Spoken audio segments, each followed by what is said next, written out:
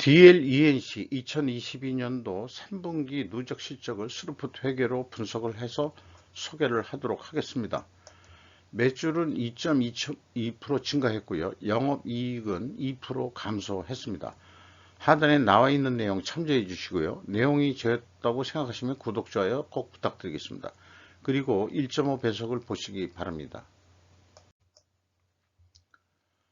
원가회계 손익으로서 매출은 3조 8천억 원대를 달성해서 전년 동기 대비 2.2% 증가했고요. 가공비 배부 재고자산은 148.2%가 증가를 했습니다. 매우 크게 증가를 했죠. 매출원가 6.2%더 크게 증가해가지고 결국 영업이익은 전년 동기보다 23.6%가 감소한 것으로 그렇게 실적이 났습니다. 4,600억 원대 영업이익인데 3,500원대 영업이익이 났습니다. 그리고 또 원가 회계에 있어서 그 전체적인 어떤 그 경영평가 지표로서 원가 생산성은 0.04포인트가 하락을 했다. 이렇게 말씀드릴 수 있겠어요. 스루풋 회계 손익을 보면은 영업이익이 원가 영업이익보다 많은 것은 포괄 WCA가 감소했기 때문이다. 이 포괄이라는 표현은 이 계약자산 미청구공사가 포함된 재고를 의미하게 됩니다. 매출에 비례하는 매출 재료비는 그 0.2%밖에 증가를 안 해서 스루풋율 증가했고 스루풋율은 1.3% 상승했습니다. 그리고 운영비용이 10.3% 증가하는 바람에 TOE 생산성은 0.05포인트 또 추가로 하락을 했죠. 그래서 원가 회계는 영업이익이 그래도 좀 중고로 크게 나오지만은 2%밖에 감소를 안 한 것으로 그렇게 결과론적으로 산출이 됩니다. 원가 회계 영업이익보다 35억 원이 더 많은 수치인데 이것은 이제 포괄 가공비 배부 재고 자산이 감소했기 때문입니다. 전년도에는 좀 반대인데 전년도 거에 대한 것은 조금 오차가 있을 수 있다는 것을 미리 말씀을 드립니다. 재고자산 내역을 보면은 이 회사가 DL 지주 회사로부터 2021년 1월 1일자로 그 분할이 됐기 때문에 이 재고자산 공시 내역에는 이게 2020년도 말이니까 2021년 초가 바로 되겠죠. 그런데 분명히 회사라는 게 분할이 되더라도 개시 재무제표는 있을 거거든요. 근데 왜 그게 공개를 안 하는지 저는 그 이해를 못 하겠습니다. 그래서 이 증감액을 산출하는데 올해 그 3분기 거는 그 WCAI가 뭐 2,229억 원이 증가한 것으로 이렇게 됩니다만은 전년도에 기초가 얼마나 있는지 알 수가 없어서 이게 그 3분기에 제로에서 모두 이렇게 증가 했다라고 하는 것은 현실적으로 있을 수 없는 얘기이기 때문에 1분기 거 아니 올해 거만 중심으로 봐야 좋을 것 같습니다. 어쨌든 그 계약 자산이 또 좀 줄어든 게 원가 회계 영업이익보다 이익이 그래도 조금 더 낮다 이렇게 볼 수 있겠어요. 경영평가 지표를 말씀드리면은 재고 회전율의 하락과 스루풋율의 상승 역방향은 재고자산 매출원가 분식회계 개연성 과정을 분석 경험상 세우고 있습니다. 이것을 회사가 반정하려고 그러면 원재료 가격 상승과 수주 판매 가격이 상승이어야 함을 입증해야 됩니다. 건설 계통이 외주비 등 매입 채무에 대한 지급 속도가 느린 것은 이해하기가 어렵다라고 미리 좀 말씀을 드리겠습니다. 재고 회전율이 떨어졌죠. 이게 이제 포괄입니다. 재고가 줄긴 했지만 회전율은 줄어들었다는 얘기죠. 이런 경우에 이제 원재료 가격이 상승했을 것이다. 원재료 가격하고 그 다음에 이제 외주비까지 넣어서 얘기를 하는 것으로 그렇게 요거는 아닙니다. 요거는 아니고 그렇고요. 그 다음에 스루풋율은 상승을 했습니다. 이렇게 역방향인 거죠. 그래서 이거를 갖다가 말하자면은 입증을 하려면은 분식회계 개연성이 아니다라고 입증을 하려면 원재료 가격이 상승했을 거라고 추정을 하는데 8.75% 상승한 것으로 돼 있고, 재료 비율이 있는데 이 재료 비율이 이제 말하자면은 이제 건설업은 외주비를 넣어서 3분기부터 분석하기로 기준을 정했습니다. 그래서 6.9% 말하자면은 영향을 받는다, 이렇게 이제 볼 수 있겠습니다. 그런데 이제 판매 가격은 이미 수주한 가격들이기 때문에 회사도 공시를 못하지만은 이건 확인할 방법은 없습니다. 그러니까 수주 판매 가격이 상승했다 하는 것은 입증하기가 좀 어렵겠습니다. 매출 적금 수금 속도 있고요. 매입 채무 지급 속도 있는데, 역시 매입 채무 지급 속도가 건설업이 외주비 등이 포함되어 있을 텐데, 매입 채무로 되어 있는 것은 이제 자재 구입 비용이겠지만 미지급 비용 뭐 이런 것들이 많다는 얘기거든요. 이것까지 포함해서 하는 얘기이기 때문에 이 지급 속도가 느리다는 것은 문제가 있다, 이렇게 좀 볼 수가 있을 것 같아요. 건설업에서 외주비 지급 속도가 느리면은 이게 제대로 돌아갈 리가 없다, 저는 그렇게 보고 있거든요. 이자부채 레버리지율을 내렸습니다. 말하자면 차입금을 좀 갚았다는 얘기고, 그 다음에 현금 버퍼율이 50%가 안전선이라고 한다면 충분히 가지고 있습니다. 이 충분히 가지고 있으면서도 대금 지급이 늦다는 것은 이것 또한 문제라고 생각을 합니다. 그래서 원재료 가격을 보면은 8.7% 상승을 했습니다. 아까 말씀드린 대로 수주 판매 가격 상승은 입증할 수 없고요. 수주 상황 표기 방법은 뭐 아주 극단적으로 얘기하면 초등학교 수준이다. 완성 공사액이 매출업과 전혀 연결되지도 않죠. 아까 몇 조 원인데 이거를 보면은 완성 공사액이 1226억 원 뿐이 안 됐다. 이게 기간 개념이 또 없어요. 그래서 이 수주상한 계약 잔액이 3조 원뿐이 안 된다. 많은 건설사들이 뭐 수십조 원의 이 계약 잔액이 있는데 3조 원뿐이 없다 그러면은 이 향후 매출이 크게 일어날 것도 없다, 이렇게 이제 볼 수 있는 거 아닌가 싶습니다. 그래서 밑에 나와 있는 대로 이런 포맷으로 흐름식으로 공시를 해줘야 된다, 수주사업은. 저는 계속해서 이렇게 주장하는 거고, 이거에 대해서 가장 모범적인 기업은 현대중공업이다, 이렇게 말씀을 드리고, 현대중공업에 가서 좀 배우고 오세요 라고 얘기하고 싶을 정도입니다. 비용의 성격적 분류 내용에서 회사는 표준적인 재고자산의 변동이라는 항목을 빼고 있습니다. 그 재료비에 재고자산 변동액까지 들어갔는지 여부는 확인하기 어렵습니다.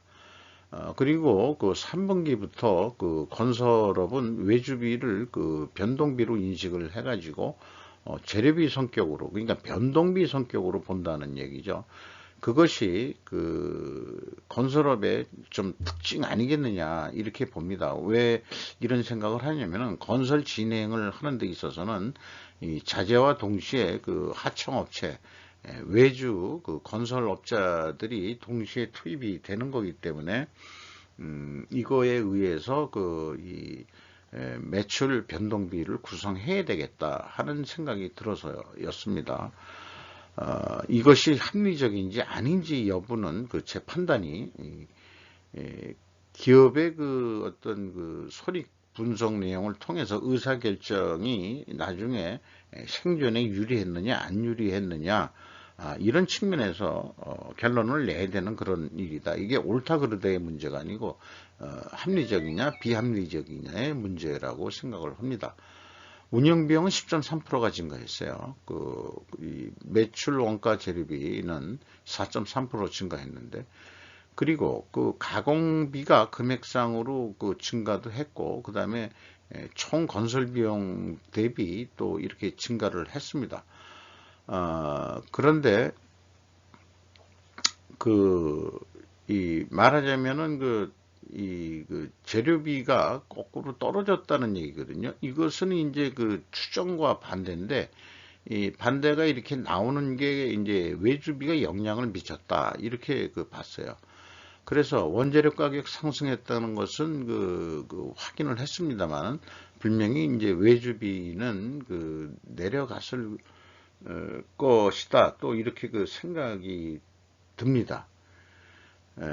그것을 추가적으로 다음에 또 말씀을 드리겠습니다. PQ 총 지출 비용의 차이는 재고자산의 변동 범위 차이이기도 합니다. 전년도 거는 그래 의미가 없고요.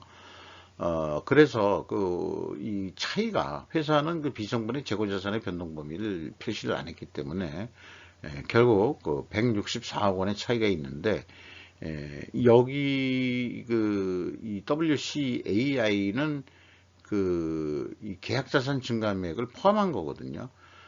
이게 그것을 빼주면은 종합적으로 229억 원의 차이가 있는데, 이 내용이 무엇인지는 전혀 추적할 방법은 없습니다. 그래서 이 단계에서도 이게 투명성이 입증하기 어렵다, 이렇게 볼 수 있겠고요. 현금 흐름표 기준에서도 현금이 플러스면은 351억 원 들어왔다는 얘기거든요. 그러면 재고자산이 351억 원이 감소해야 되는데 144억 원뿐이 감소를 안 한 것으로 현금 흐름, 재무상태표에 표현되어 있습니다. 위에 거는 현금 흐름표에 나와 있는 거고요. 그러면은 207억 원의 현금이 어디서 하늘에서 굴러 떨어졌다, 이렇게 얘기할 수 있는 건데, 이것도 이제 비상식적인 검증이 안 되는 거죠. 그러니까 1단계, 2단계, 3단계 모두 재고자산 매출원가 회계 투명성은 불투명하다. 다르게 얘기하면은 분식회계의 개연성이 있다라고 저는 판단할 수밖에 없고, 제 가정은, 분식회계의 가정은 반증이 되기 전까지는 유효한 것이다 라고 논리적으로 말씀드릴 수 있겠습니다. 거기다가 계약자산의 증가액도 현금 흐름표상에는 408억 원의 현금이 들어왔는데, 그렇다면은 계약자산이 감소해야 되는데 거꾸로 393억 원이 증가한 것으로 되어 있습니다. 이것도 좀 문제가 있다, 이렇게 봅니다.